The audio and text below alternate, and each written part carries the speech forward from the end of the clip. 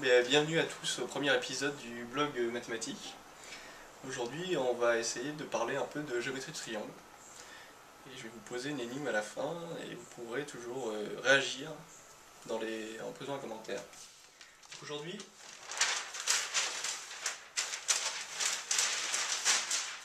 on va considérer un triangle ABC,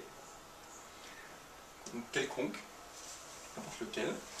Et on va tracer la bisectrice de l'angle BAC, qu'on appelle delta 0, la médiatrice du segment BC, qu'on appelle delta 1, et on va considérer le point d'intersection des deux droites, delta 0 et delta 1, qu'on appelle I. Voilà. À partir de ce point I, on va tracer les deux perpendiculaires aux côtés de l'angle BAC, donc sur le côté AB et le côté AC. On appelle ces points respectivement J et K. Et on va considérer, pour commencer, les deux triangles AKI et AJI. Donc le triangle AKI d'un côté, par rapport au triangle AJI. Alors, il s'agit de deux triangles rectangles respectivement en K et en J. D'accord ? On a AI égale AI, jusque-là tout va bien.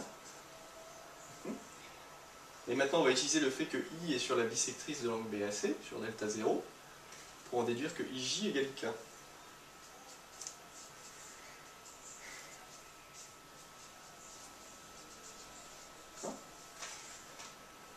Sachant ça, et sachant que les deux triangles sont rectangles,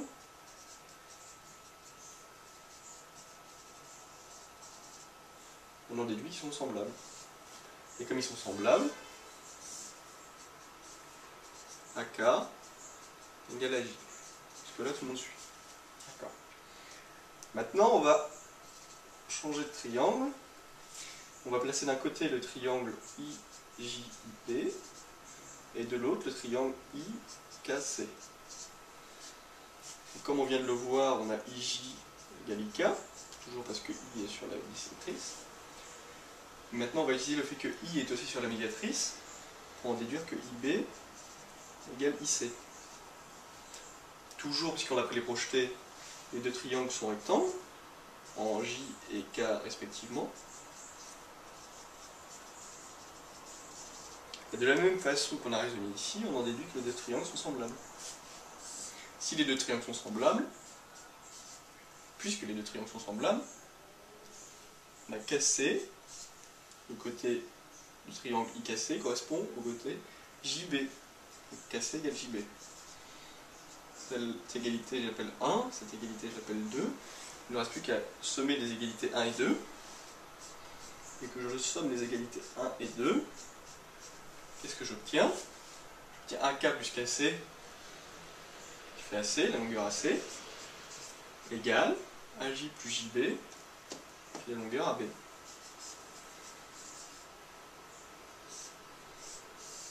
C'est-à-dire que le triangle ABC, quelconque, isocèle en A. Par le même raisonnement, on déduit que notre triangle est isocèle en B, mais aussi isocèle en C. Conclusion, le triangle est équilatéral. Étonnant. Où est l'erreur? Voilà la question. Vous pouvez réfléchir. Voilà, prochain épisode.